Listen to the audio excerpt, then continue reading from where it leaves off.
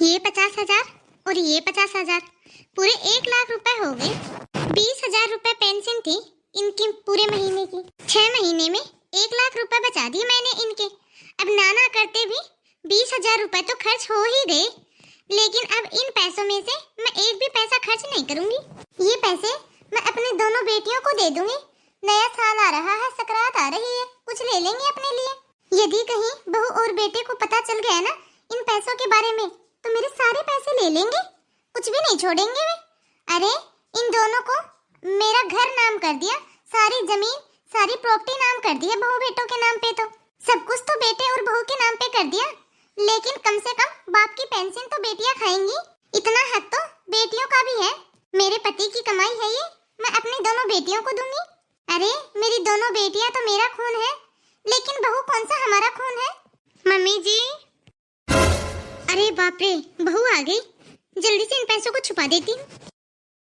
Mummy जी, क्या है, क्यों चिल्ला रही है? सारा काम हो गया क्या घर का? हाँ मम्मी जी, घर का सारा काम हो गया है। मम्मी जी, वो मुझे आपसे कुछ बात करनी थी। बता, क्या बात करनी है, बोल क्या बात है। मम्मी जी, वो नई साल भी आ रही है और सकरात भी आ रहा है, तो कुछ पैसे दे दो, बच्चों के लिए और हमारे लिए कुछ ले भी आऊंगी। और मम्मी जी, बच्चे नए कपड़ों के लिए जिद भी कर रहे हैं। अरे बहू, पैसे पैसे की तो बात ही मत कर, मेरे पास तो नहीं है पैसे। हाँ? महीने में 20,000 रुपए तेरे पापा की पेंशन आती है, लेकिन कैसे आती है कैसे चली जाती है पता ही नहीं चलता। मेरी और तुम्हारे पापा की दवाओं में सारे पैसे खर्च हो जाते हैं। हमारी कितनी सारी दवा पानी आती है, तुझे कुछ पता भी है? अरे तू मनोज से क्यों नहीं मांगती पैसे, वो भी तो कमा रहा है ना। मम्मी जी, उनके सारे पैसे तो घर खर्च में ही चले जाते हैं, और महीने में कितनी बार तो आपकी दवा वो ही लेके आते हैं। अच्छा, तो तेरे कहने का मतलब क्या है? क्या है तेरे कहने का मतलब कि हम पैसे छुपा के रखते हैं? क्या हम कोई घर खर्च नहीं करते? क्या हम अपनी दवाइयाँ नहीं लाते? नहीं मम्मी जी, मेरे कहने का वो मतलब नहीं था। मेरे कहने का मतलब तो ये था कि उनके पास भी पैसे नहीं बचते। हाँ, तो जब पैसे नहीं बचते तो मत पहन नए कपड़े। पुराने कपड़े और पुरानी साड़ियाँ बहुत पड़ी हैं, पहन ले उनमें से ही। ठीक है मम्मी जी, कोई बात नहीं। हर साल इनको तो नई साड़ियाँ चाहिए, नए साल पे सकरात पे।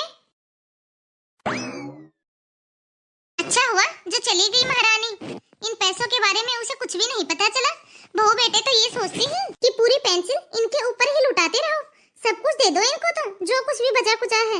ऐसा थोड़ी ना होता है, मेरी भी तो बेटी है, उसको दूंगी मैं, या फिर इसको दे दूं सब कुछ ही। बेटी तो हमारा खून है, ये कौन सा मेरा खून है। जाके अपना कमाओ खाओ, यहाँ आके मुझसे मांग रही है पैसे। सकरात है, नई साल है, पैसे दे दो। जैसे कि पैसे पेड़ पे उगते हैं। मम्मी जी भी ना 10 रुपए भी नहीं दे सकती, पैसे देने से साफ साफ मना कर दिया। तो ये भी नहीं सोचती कि त्योहार है, बहू को कोई साड़ी ही ला के दे दूं। चलो बहू के लिए तो ना सही, पोता पोती है उनके लिए तो ला दे कुछ, लेकिन नहीं, इनकी जेब में से तो एक पैसा भी नहीं निकलता। पता नहीं आते ही कहाँ चली जाती है इनकी पेंशन। बहू तो घर पे काम करने के लिए आई है, सारा दिन इनके लिए नाश्ता बनाओ, खाना बनाओ, इनके बर्तन साफ करो, इनके कपड़े धुलो, सारा दिन इनकी सेवा पानी करते रहो बस। और जहाँ भी कुछ लाने की बात हुई पीठ दिखा देंगे। वो तो मेरी ही गलती है जो कि मैं उनसे पैसे मांगने के लिए गई और अपना मन दुखाया। सास ससुर ही ऐसे हैं, उनसे एक बहू आशा भी क्या कर सकती है। मुझे तो लग रहा है फिर से एक बार अपने मायके वालों से ही मांगने पड़ेंगे मुझे पैसे। आखिर में तो माँ बाप ही काम आएंगे, सास ससुर से तो आस से क्या रखूं। लेकिन आजकल उनका भी तो हाथ तंग चल रहा है, उनको भी तो कुछ नहीं कह सकती। पूरा साल काम करो उनके आगे पीछे, लेकिन साल में एक साड़ी तक नहीं दिलवा सकती खुशी खुशी से।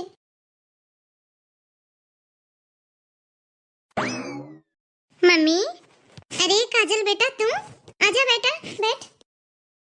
नमस्ते मम्मी, कैसे हो आप? सदा खुश रहे बेटा, मैं भी ठीक हूँ। आने में कोई दिक्कत तो नहीं हुई ना बेटा? अरे नहीं मम्मी। अरे छोटी दीदी, आप कब आए? नमस्ते भाभी, बस अभी अभी आई हूँ। नमस्ते छोटी दीदी। और भाभी कैसे हो आप? मैं भी ठीक ही हूँ दीदी, बैठो आप, मैं आपके लिए चाय पानी लेके आती हूँ। मम्मी, भाभी कुछ परेशान दिख रही है, गया उनको? अरे कुछ नहीं बेटा, तेरी भाभी का तो मूड ही ऐसे रहता है, कोई नई बात थोड़ी ना है। भाभी को छोड़ बेटा, तू बता तेरे ससुराल में सब ठीक है? दामाद जी, बाबू सब ठीक तो है ना? हाँ हाँ मम्मी, वैसे तो सब ठीक है, बस थोड़ा सा मेरी सास से बीमार रहती है। मैंने तो इनसे बोल दिया है मम्मी कि अब मैं नहीं कर पाऊंगी और तुम्हारी माँ की सेवा। सारा दिन बस ये कर दो वो कर दो, सारा दिन परेशान करके रख देती है मुझे। तो मैंने तो साफ साफ मना कर दिया कि अब मैं नहीं करूंगी और उनकी सेवा, अब उनकी बेटियां ही उनकी सेवा करती हैं। अब तो मैं अपने सास ससुर से भी अलग हो गई हूँ, अब तो मैं उनको खाना भी नहीं बना के देती, अब उनकी बेटी ही बना के खिलाती है उन्हें। एकदम सही कर रही है बेटी तो, अब क्या तो उनकी नौकर है जो जिंदगी भर उनको खाना बना के खिलाएगी, और उन्होंने दिया ही क्या है तुम्हें?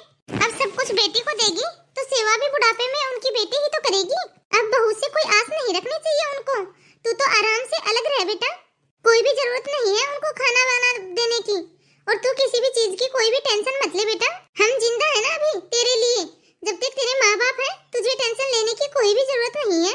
ए मम्मी, आप तो ससुराल की बातें छोड़ो, आप तो मुझे ये बताओ कि आपने मुझे यहाँ क्यों बुलाया?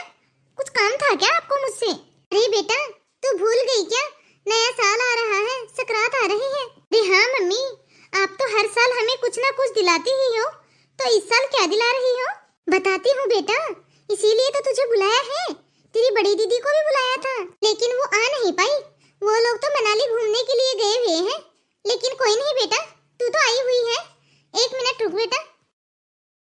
ये ले बेटा, पूरे 1 लाख रुपए हैं, 50 तुम्हारे और 50 तुम्हारी दीदी के। जो भी तुम्हारा मन करे ना त्योहार के ऊपर वो ही खरीद लेना। बच्चों को भी कुछ दिला देना, वरना बाबू बोलेगा कि नानी ने कुछ दिलाया नहीं। ये ले बेटा, जल्दी से तेरे बैग में रख ले ये पैसे, वरना तेरी भाभी आ जाएगी। अरे वाह मम्मी, इतने सारे पैसे, मैं तो खूब शॉपिंग करूंगी इन पैसों से। अच्छी सी साड़ी लूंगी मैं तो, मस्त सी बनारसी साड़ी। हाँ बेटा, अच्छे से शॉपिंग करना, 4-5 महीने बाद और पैसे इकट्ठे करके बाद में और दे दूंगी। जब तक हम लोग जिंदा हैं तब तक हमारी पेंशन खाओ तुम। अच्छा तो मम्मी, क्या आपने भाभी को भी दिए हैं ये पैसे? अरे तू ठीक तो है ना, कहीं पागल तो नहीं हो गई? तुम्हारा दिमाग तो ठीक है ना? पैसे हैं ये, कोई प्रसाद नहीं जो कि मैं हर किसी को बांटती फिरूं। तुम हमारा खून हो, खून का रिश्ता है हमारा, इसलिए दिए हैं मैंने तुम्हें ये पैसे।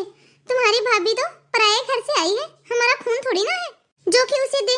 और तू बोल रही थी ना कि भाभी परेशान लग रही है, अरे वो कोई परेशान नहीं है, आई थी मुझसे पैसे मांगने के लिए, मना कर दिया मैंने भी कह दिया कि हमारे सारे पैसे दवाओं में चले जाते हैं, तो बस मुंह लटका लिया उसने, बना दिया बहाना, नहीं दिए मैंने उसे पैसे। ठीक किया मम्मी आपने, बिल्कुल सही किया जो कि आपने भाभी को पैसे नहीं दिए, वरना भाव बढ़ जाते उसके तो। और आप सही बोल रही हो मम्मी, वो कौन सा हमारा खून है?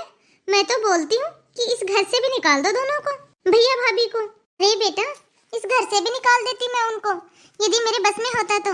जब तुम्हारे भाई की नई नई शादी हुई थी ना, तब ये घर उनका नाम कर दिया था, उस समय मेरी भी मती मारी गई थी, चाह के भी नहीं निकाल सकती मैं उसको इस घर से। अरे बेटा तू चिंता मत कर, बस ये घर ही उसका है, बाकी बचा कुचा सब कुछ तुम दोनों बहनों का ही तो है। अब जो होना था वो तो हो गया, आगे पूरा ध्यान रखते हैं हम। चलो ठीक है मम्मी, अब निकलती हूँ मैं, इनका भी ऑफिस से आने का टाइम हो गया है। ठीक है बेटा, आराम से जाना। वाह मम्मी जी वाह, क्या षड्यंत्र रचा है आपने। अरे मम्मी जी, पैसा नहीं देना, कुछ नहीं देना, तो यूं षड्यंत्र क्यों रचना? मुंह पे ही साफ साफ मना कर दो ना। दीदी को आप यूं छुप के पैसे दे रही हो, इसका क्या मतलब समझूं मैं? क्या आप हमारे सामने दीदी को पैसे देते तो क्या मना करते हैं हम? हाँ, मैं मानती हूँ कि मैं आपका खून नहीं हूँ, लेकिन क्या हुआ कि मैं आपका खून नहीं हूँ? एक बहू ही होती है जो कि आपका वंश, उसको तो एक बहू ही आगे बढ़ाती है। भूल गई क्या मम्मी जी आप? आपके घर की बेटी नहीं हूँ मम्मी जी मैं, फिर भी आपके घर का पूरा फर्ज निभा रही हूँ मैं। आपको पता है ना मम्मी जी, हम दोनों भी अलग रहते थे, लेकिन जैसे ही पता चला ना कि आपकी और पापा जी की तबीयत ठीक नहीं रहती, वैसे ही मैं अपना सब कुछ छोड़ के आपके पास आ गई, आपकी सेवा में लग गई मैं। दीदी तो फिर भी अपनी सास की सेवा नहीं कर रही, वो अपने सास ससुर से अलग हो गई है, पर मैं तो आपसे अलग नहीं हुई। मम्मी जी, आपने 1 लाख रुपए अपनी बेटियों को दिया, उसमें से कम 10,000 रुपए ही हमें दे देती, हमारा भी त्योहार बन जाता, आपके ही पोते पोतियों का त्योहार बनता। चलो मम्मी जी, पैसे नहीं दिए ना सही, लेकिन कम से कम झूठ तो नहीं बोलते। तुम्हारे घर का खून नहीं हूँ, ये तो नहीं बोलते मम्मी जी। मम्मी, आप बेटियों के लिए कितना भी क्यों ना सोच लो, लेकिन आखिर में काम तो बहू ही आएगी। सेवा तो आपकी बहू ही करेगी।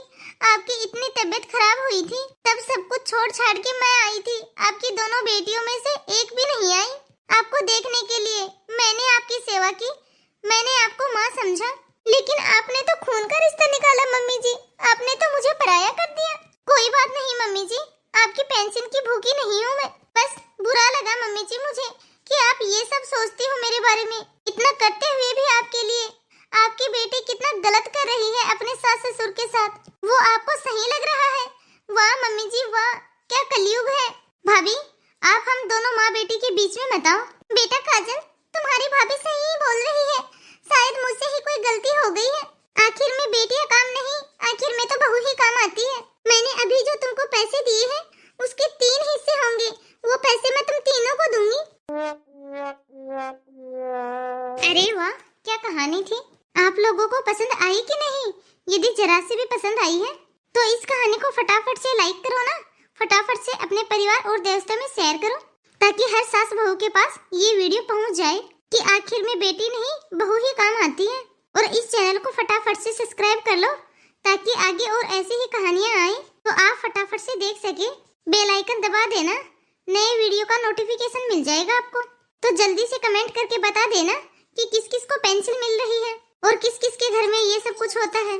तो बाय दोस्तों, अब मिलते हैं अगले वीडियो में। तब तक आप इस कहानी को देखें और एंजॉय कीजिए।